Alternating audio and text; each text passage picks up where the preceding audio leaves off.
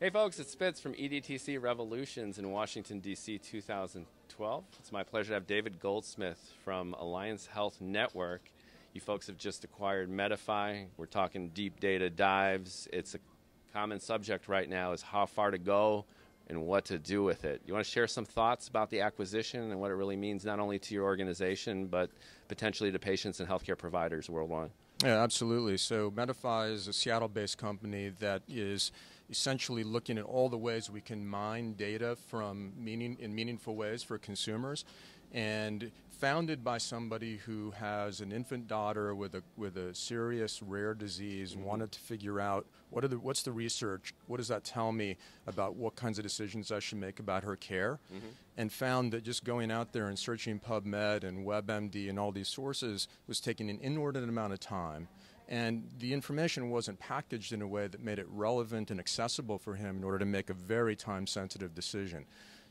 Took his expertise, brought in some deep data analytics guys, and said, let's build a company where we can go out there and mine the universe of evidence-based research, surface it, and make it digestible to consumers. Right. So Medify.com is doing that today. We're taking that same technology acumen and we're basically saying, let's apply this in some other context. So, for example, on social networks like ours, where we've brought together millions of consumers, there are a lot of conversations that are going on every day, right? And these are people talking about medications, treatments, their conditions.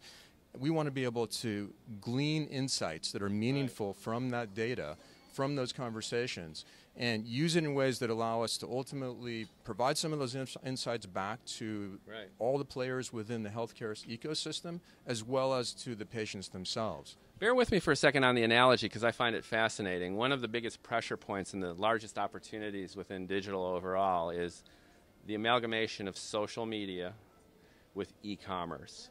So on the one hand, you have Facebook. You had a disastrous IPO because Wall Street lost all confidence in its capacity to monetize simply because people aren't clicking on the contextual ads. The reason they're not is because they're socializing with their friends. On the flip side of it, you have e-commerce engines where the ostensible purpose for people coming here is to just purchase something. Amazon has done a decent job of integrating peer ideas and recommendations into that experience, but it's still primarily an e-commerce engine. Facebook is social, Amazon is e-commerce.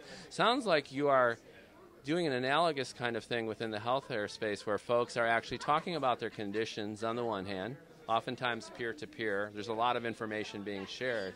And on the other, there's the evidence-based information which provides authoritative context to those discussions and might even make prescriptive recommendations or steer them in the right direction. So it's kind of a bringing together of these two currently disparate functions within the digital world in a healthcare context, which ultimately integrates the user experience. Yeah. Well, I mean, I think one of the things that we've tried to do from the beginning with our social networks is bring people together to connect with each other, as well as to learn about products and services that were relevant to their health. Right. So that's a difficult thing to do. If you're a consumer and you're newly diagnosed with diabetes or a heart problem or sleep apnea, there are a whole host of choices that you need to make about how am I going to navigate my care, what are my treatment options, what devices do I need, what are the medications that I should be taking. Obviously, a lot of that is ultimately important if you want to have a really informed conversation with your care provider.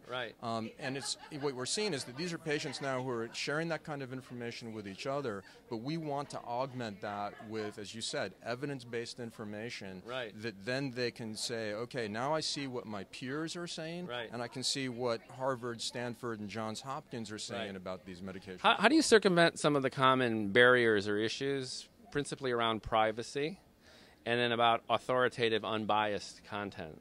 So contextual advertising is an ongoing problem for the healthcare industry, obviously. You're leading the witness in terms of providing certain information and steering that conversation along. In terms of this Medify Alliance partnership and this kind of integration of the conversations with the evidence-based practice, what can you tell your constituents in terms of guaranteeing that that information is objective and nothing's smoking underneath the hood, so to speak. Well, one of the things that we think is a very important part of our model and always has been is transparency. Yeah, okay. So, for example, when somebody joins our networks, it's very clear to them what they're opting into. If they choose not to opt into an offer of any kind and have communications from our marketing partners, that's very transparent to them, and some choose not to opt in. We see ourselves extending that kind of model throughout our networks. So you'll see information that's coming from other patients or patient advocates, and it's very clear who you're getting that information from. Right. We have a partnership with Joslin Diabetes Center today where they've got a Q&A forum, and they have their own profile on the site. So it's very clear that the information you're getting here is coming from practitioners at a world-renowned diabetes research and treatment center.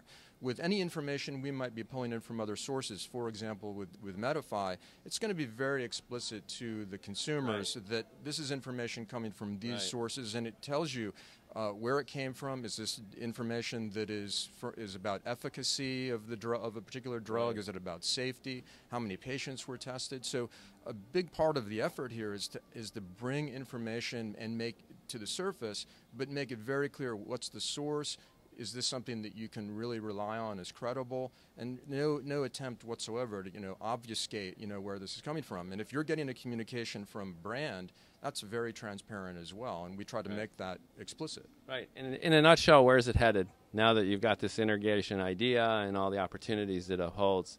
Do a projection a couple years, 5 years down the line. What's that vision? Well, I'm very excited about the vision because I think where it's headed is to much greater levels of personalization. Right. So as we build out on our social networks the personal profile of our members who are providing us with that information about their disease, their interests, whether they're newly diagnosed, etc., we're going to be able to learn more and more about their needs, their interests, their kinds of behavior and usage patterns online. And what kinds of things they're consuming, and we'll be able to deliver relevant content to them in ways that I think are very, very exciting. Very exciting. Folks, we got David Goldsmith from Alliance Network, the new Medify partnership. Tremendous opportunities in engaging patients with evidence-based information in a way that they can understand and use. Spitz from EDTC Revolutions 2012, signing out. Thanks.